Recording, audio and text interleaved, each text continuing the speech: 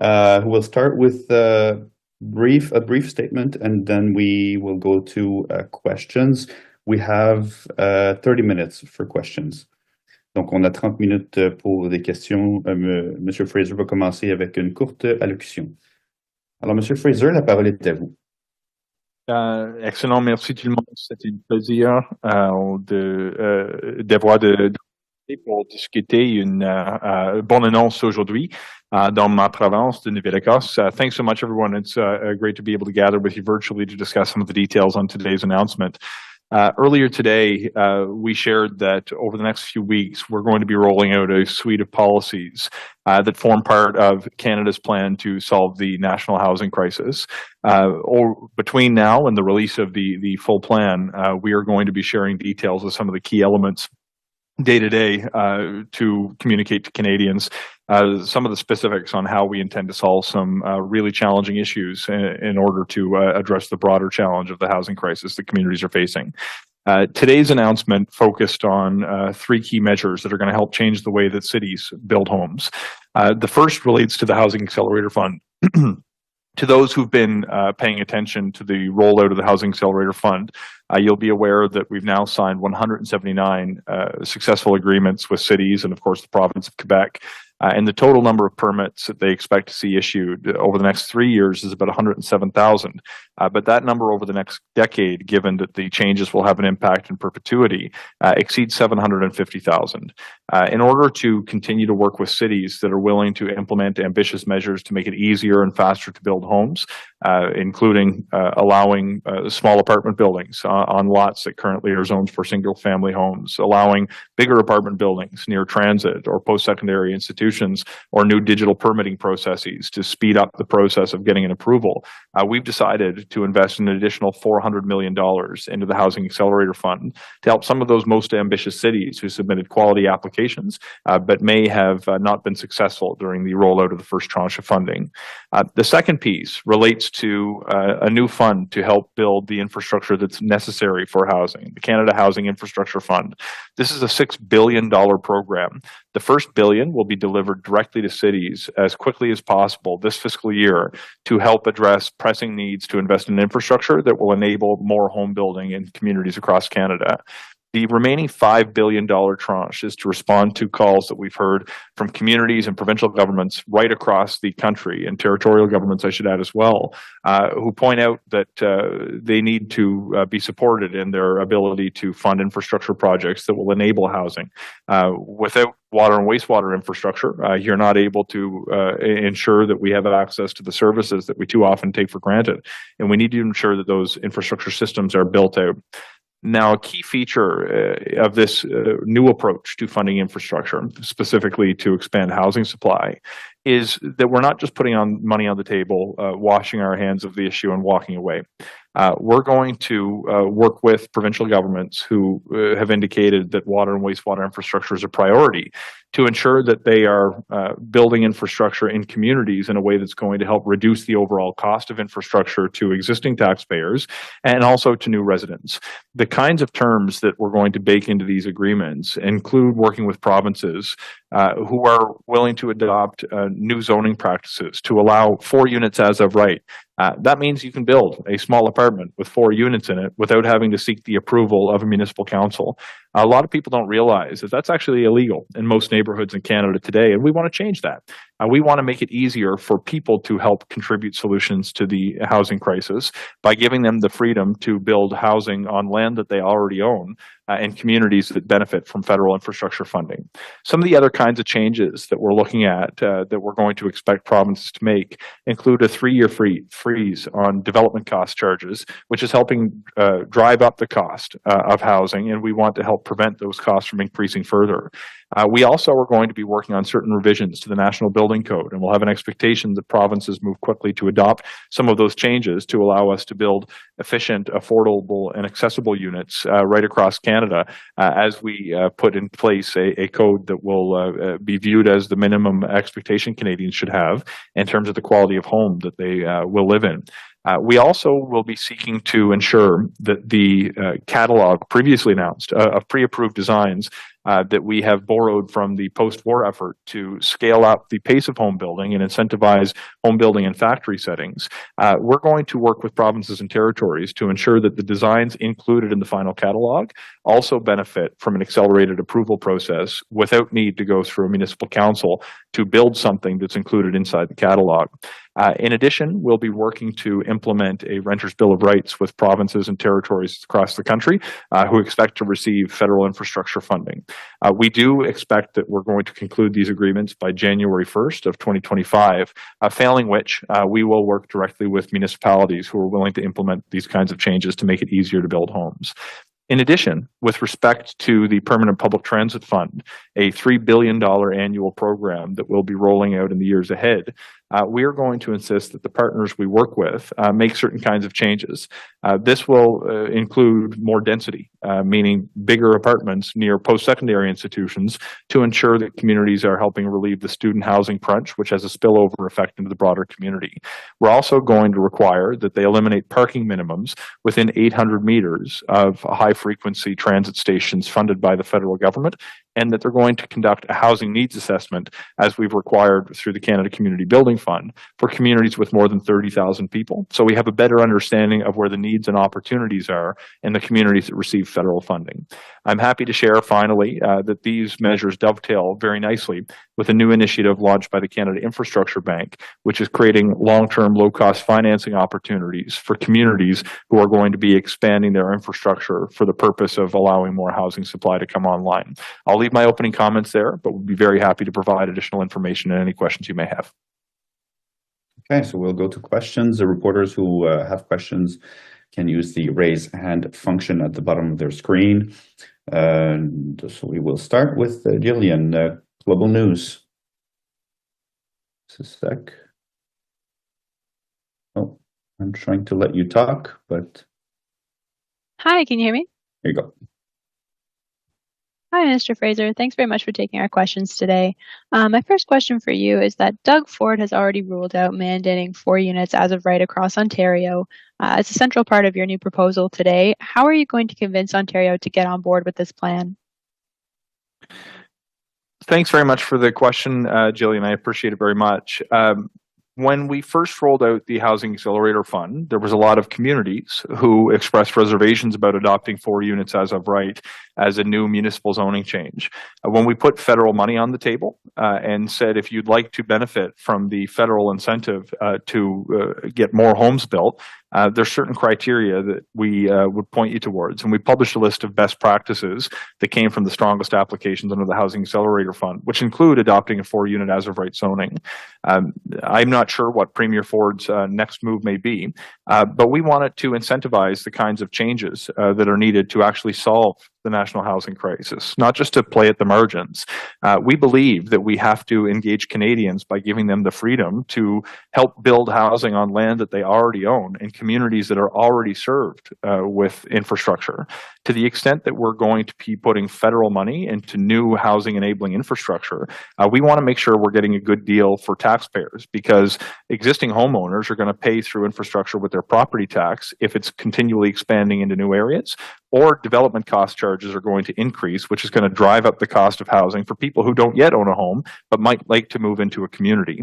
When we put federal money on the table, provincial governments are going to have a choice. Do you want support to expand infrastructure, or do you want to make the decisions necessary to make it easier to build homes, or do you want to go it alone and adopt measures that restrict housing supply, knowing that a consequence will be a lack of federal infrastructure funding? That'll be a decision that the provincial government, not just in Ontario, but across Canada, will make. But we will be working with partners, and where provincial partners won't implement the measures that will help solve the housing crisis, we're going to work directly with the cities who will. Thank you for that answer. And a follow-up, today you heard the Prime Minister say that immigration to Canada has grown at a rate far beyond what Canada has been able to absorb. Much of that growth came while you were Immigration Minister. Do you regret not putting restrictions on international students or temporary foreign workers while you were in your previous role? First, and it's clear, Jillian, you have an understanding of this, but for the benefit of those who may be listening, it's important that we distinguish between permanent residency and temporary residency. Of course, as we increased the permanent immigration levels, that a lot of factors go into those considerations, including the capacity of communities to seek both the benefits of growing population and manage population growth in a sustained and planned way. And I'm very comfortable with the track that we're on as a federal government when it comes to permanent residency. When it comes to temporary residency, there's not a similar annual exercise where the federal government sets a particular level. Instead, historically, what has happened is employers, based on demand and the need to prove that they cannot find a Canadian to fill a particular role, will be able to recruit through the temporary foreign worker program workers to fill those roles. When it comes to international students, what we've seen in recent years was significant growth led by institutions who, again, are using a demand-driven program without regard to the need to house those students. While I was still in that portfolio, and you'll hear answers to interview questions I gave back in the spring of last year, we were moving towards some of the measures that Minister Miller has put in place. And I think those measures have largely been the right thing to do to insist that a demand-driven program, when it puts too much pressure on communities and doesn't provide the housing or other services people need, then we did need to step in. Overall, I feel coming out of the pandemic, it was essential that we listened to businesses that were at risk of closure when we had over 1 million job vacancies in the economy, that we listened to institutions who had gone for a few years without access to international students who may have been studying abroad and weren't able to come into Canada. But as we come out of this pandemic era and post-pandemic phase more to what we feel is a normal and stable course for the next few years ahead, I think we have to make sure that we're, even on the temporary programs, which are historically driven by employers and institutions, we put measures in place to ensure that communities can accommodate a growing population. So to sum up, we made decisions at the time that were important to take, but we now have to put measures in place to allow communities to manage the population growth that we're seeing. At the same time, they maximize the benefits of immigration. Thank you, Minister.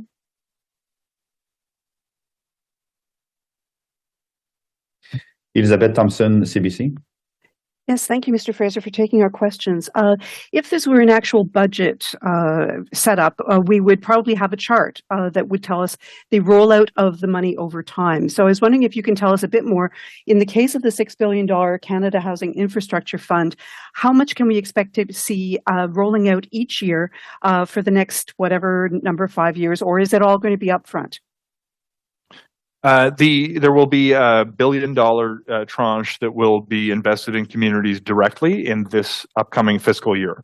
The first $1 billion will be for shovel-ready projects that are ready to go, and that money will flow immediately. When it comes to the additional $5 billion, that's going to be spread out over a longer period of time, and is going to be the exact flow of money will be subject to negotiations with our provincial and territorial partners. Some more information will be provided in the policy background, and of course included when the budget is released a few weeks from now in great detail. But the first tranche of money, the $1 billion, will flow this fiscal year, and the remaining $5 billion will be subject to negotiations we need to reach with provinces and territories. Speaking of negotiations, you're probably aware that Quebec has a long-standing tradition that the municipalities cannot deal directly with the federal government, that municipalities fall under provincial jurisdiction. How do you plan to deal with that situation if it is difficult to reach an agreement with Quebec, and Quebec by law says you can't go directly to the municipalities and flow the money there? Does Quebec end up missing out?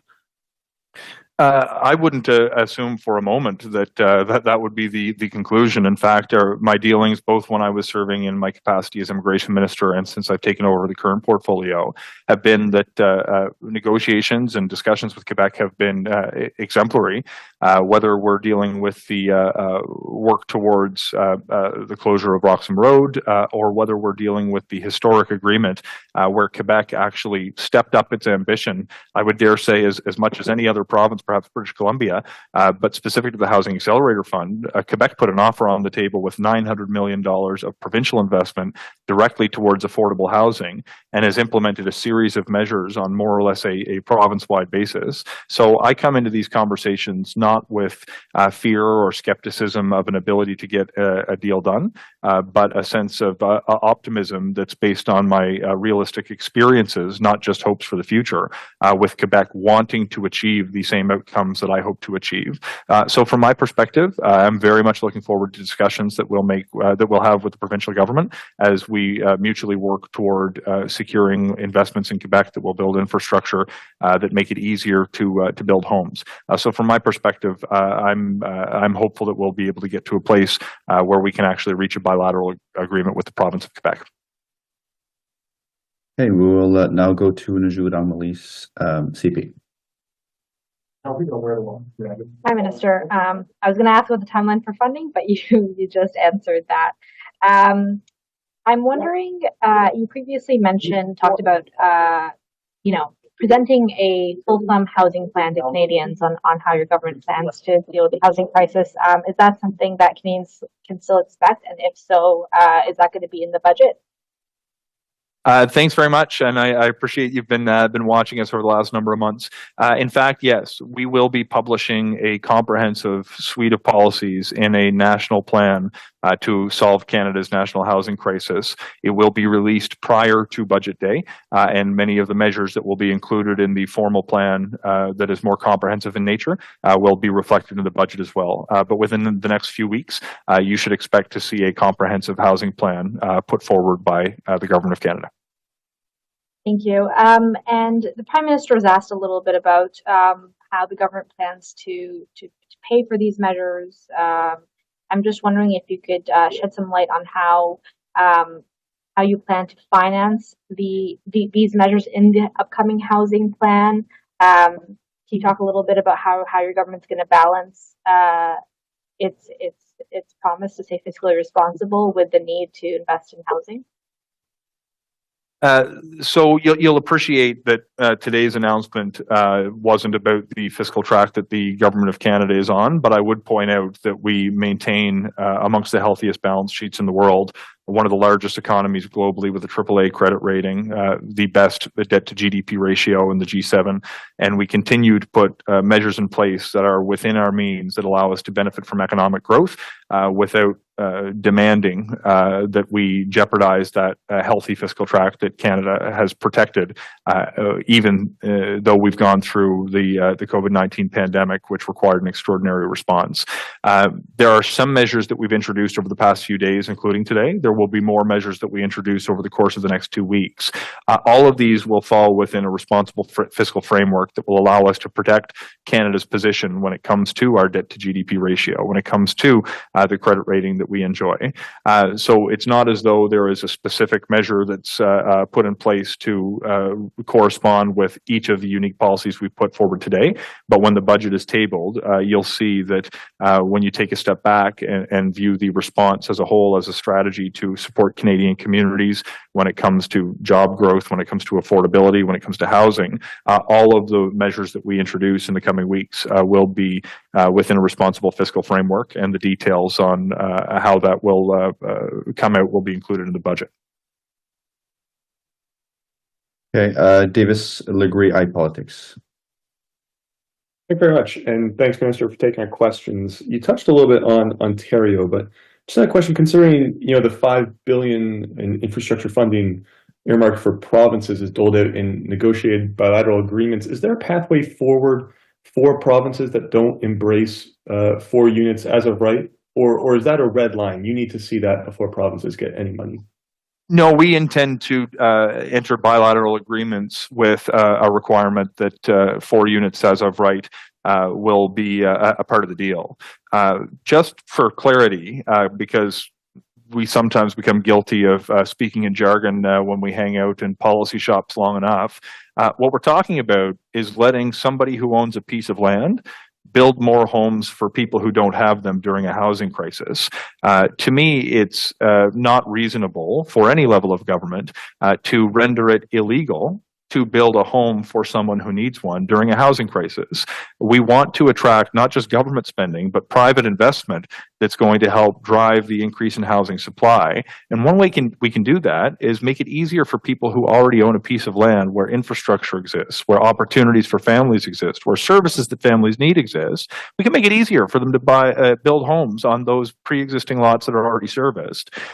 If we're going to put money into provincial or municipal infrastructure, I believe we have a responsibility to ensure that we're doing that in a cost-effective way. If we continue to put money on the table without any such conditions, we run the risk of different levels of government making bad investments that are going to cost taxpayers more, because property taxes are going to have to go up to build new infrastructure where homes could have been built on existing infrastructure. Development charges are going to go up, adding tens or even hundreds of thousands of dollars potentially to new buildings that'll be constructed. It's going to drive up the cost of housing. So if we're going to put federal money on the table for infrastructure that falls within provincial or municipal jurisdiction, I believe it's fair for us to insist that those provincial or municipal governments adopt measures to do it in a cost-effective way, so we're getting the greatest return on investment. To the extent that provincial governments don't wish to adopt some of the measures that we're talking about, then we're going to work directly with cities who are willing to implement some of the measures, because we want to ensure we're getting the greatest bang for the buck. We can't solve the national housing crisis with half measures and doing things the same way they've always been done, but a little bit more.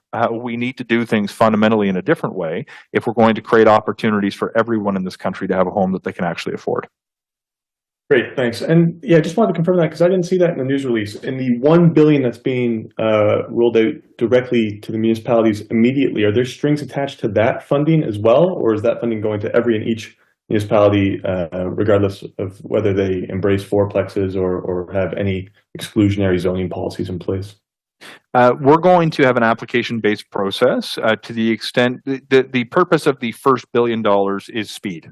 We want to get money to communities with shovel-ready projects that will increase housing supply. I expect that most of the projects that we're going to receive applications for are actually dealing with new developments that are largely going to be increasing density in any event. So I'm not concerned in the first tranche of funding that we're going to have so few quality applications that we need to start funding individual projects that don't actually align with the aims of the permanent, or rather the larger, longer term $5 billion fund. So it's going to be an application-based process. The technical details can be rolled out in a policy backgrounder, but whatever decision would be taken as a red line, so to speak, it's actually, in my view, more of a fiction in this case, because I expect there's going to be more applications in the system that would exhaust the $1 billion on the kinds of projects that are actually increasing density. Okay, Stuart Benson, The Times. Hi, Minister. Just wanted to ask.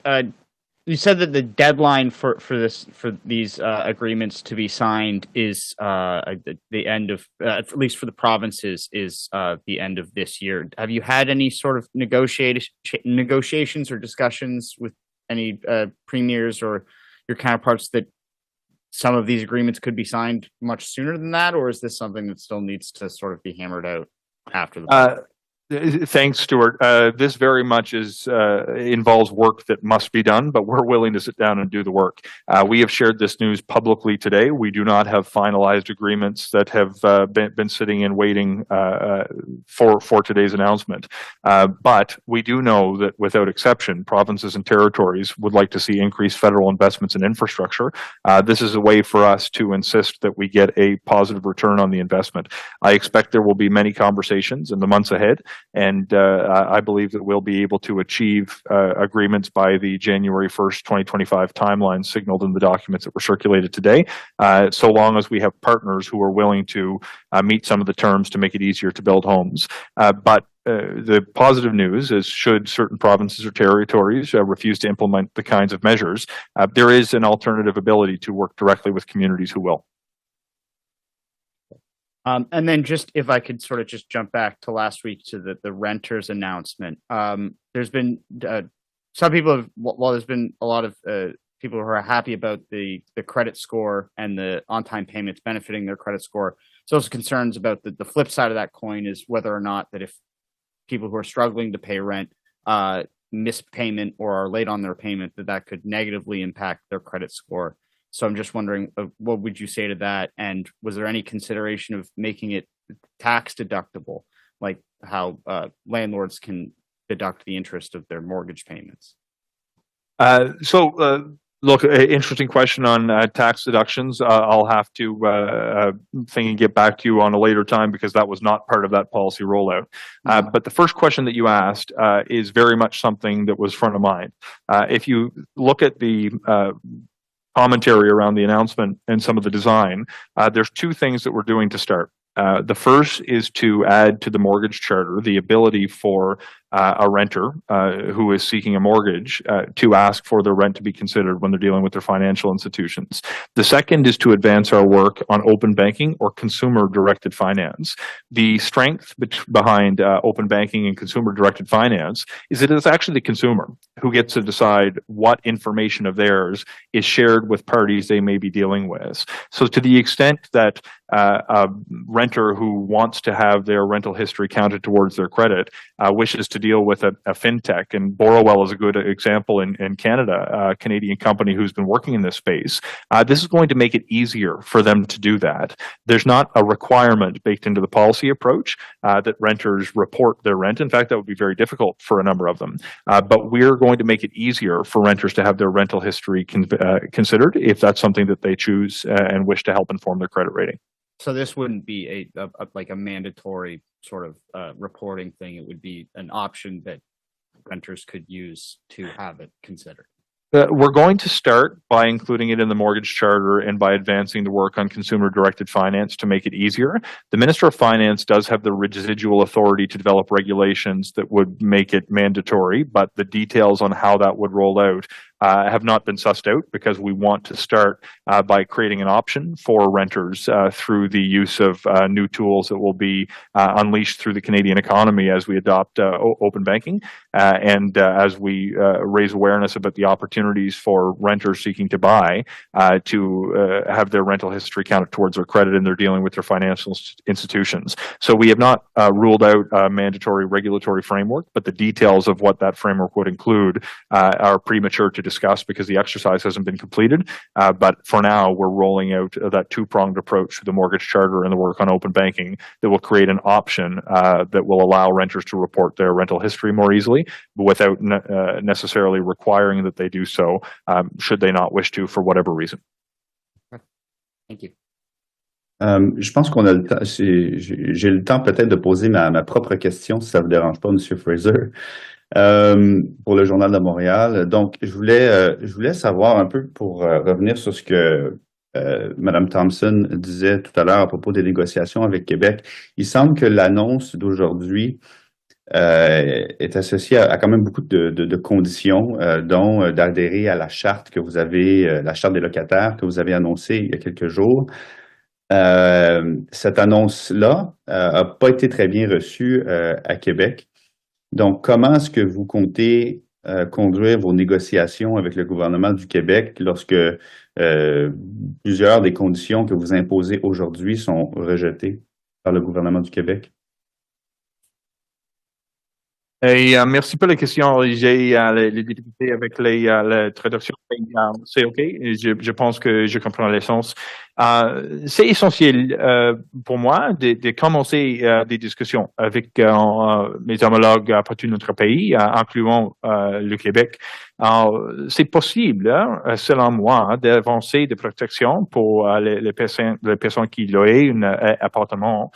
Quand j'ai des discussions avec mon homologue au Québec, c'est clair.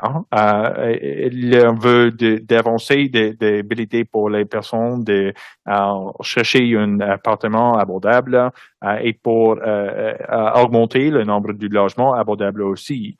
Quand nous avons des priorités qui nous partageons, je pense que c'est possible pour négocier une entente avec les priorités qui nous partageons.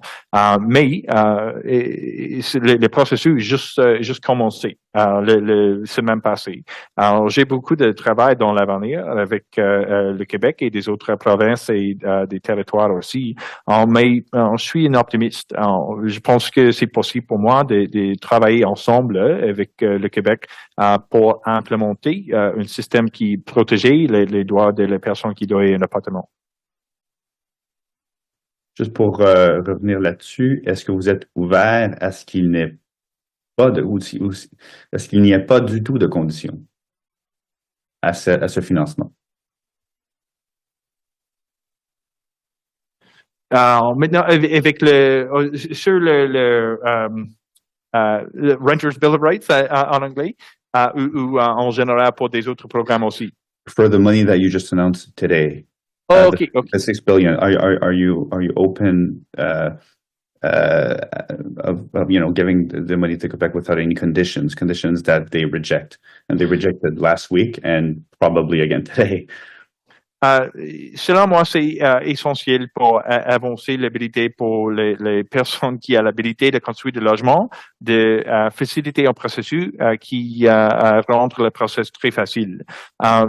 C'est la même chose est vraie au Québec et des autres provinces. J'ai besoin d'avoir des discussions avec le Québec, avec mon homologue, pour discuter des opportunités et pour chercher une entente qui facilite un processus simple et facile pour la personne qui a l'habilité d'améliorer la crise du logement. Mais ce n'est pas possible aujourd'hui de dire le terme de l'entente. Je pense que j'ai besoin de discuter des opportunités avec le Québec premièrement et après la discussion, les négociations, d'identifier la priorité que nous partageons. Et après cette discussion, c'est possible pour discuter votre question. Mais maintenant, je veux d'avancer des réformes importantes qui facilitent l'habilité pour les personnes qui a l'habilité de construire beaucoup de logements, et les termes qui est incluant dans l'annonce aujourd'hui est important et approprié dans les circonstances dans chaque province. Merci beaucoup de votre réponse, c'est très apprécié. Alors, c'est ce qui met fin à la conférence de presse. Thank you, everyone. This is what ends the press conference. Thank you very much. Have a good day, everyone. Merci tout le monde. À la prochaine.